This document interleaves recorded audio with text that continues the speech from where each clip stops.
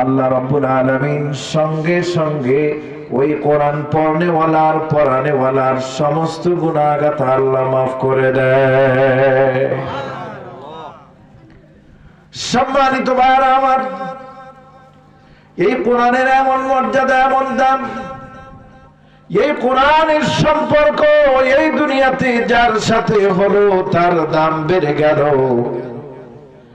এই কোরআনের দাম কেমনে বাড়লো, কিভাবে বাড়লো, আমি কয়েকটা দৃষ্টান্ত দিয়ে আমার কথা শেষ করব।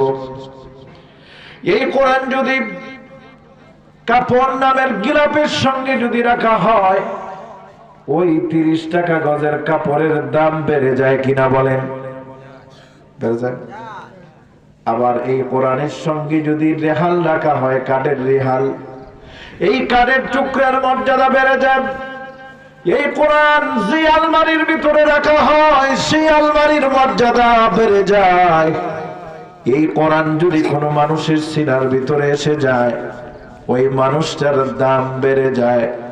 যেমন নাকি এই কোরআন দুনিয়াতে যেভাবে আসলো, যেই ফেরেশতার মাধ্যমে আল্লাহ রাব্বুল আলামিন এই কোরআন রাসূলুল্লাহর কাছে পাঠালেন, সেই ফেরেশতার নাম হলো জিবরাইল।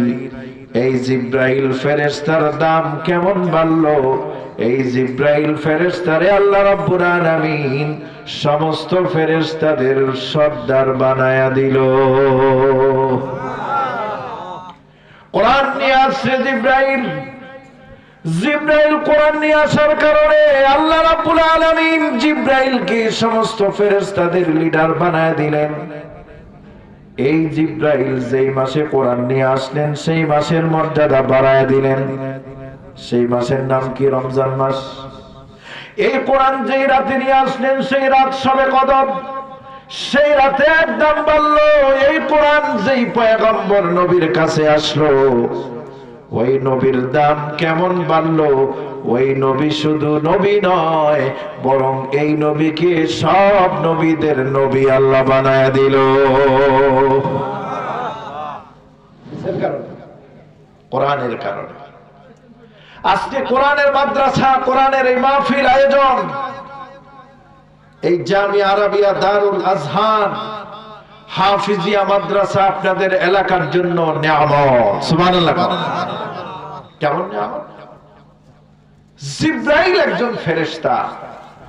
এই ফেরেশতা রাসূলুল্লাহর কাছে কোরআন নিয়ে আসে, ওহী নিয়ে আসে। আসার কারণে কোরআনে একটা প্রসিদ্ধ আয়াত আছে, ওয়ামা আরসাল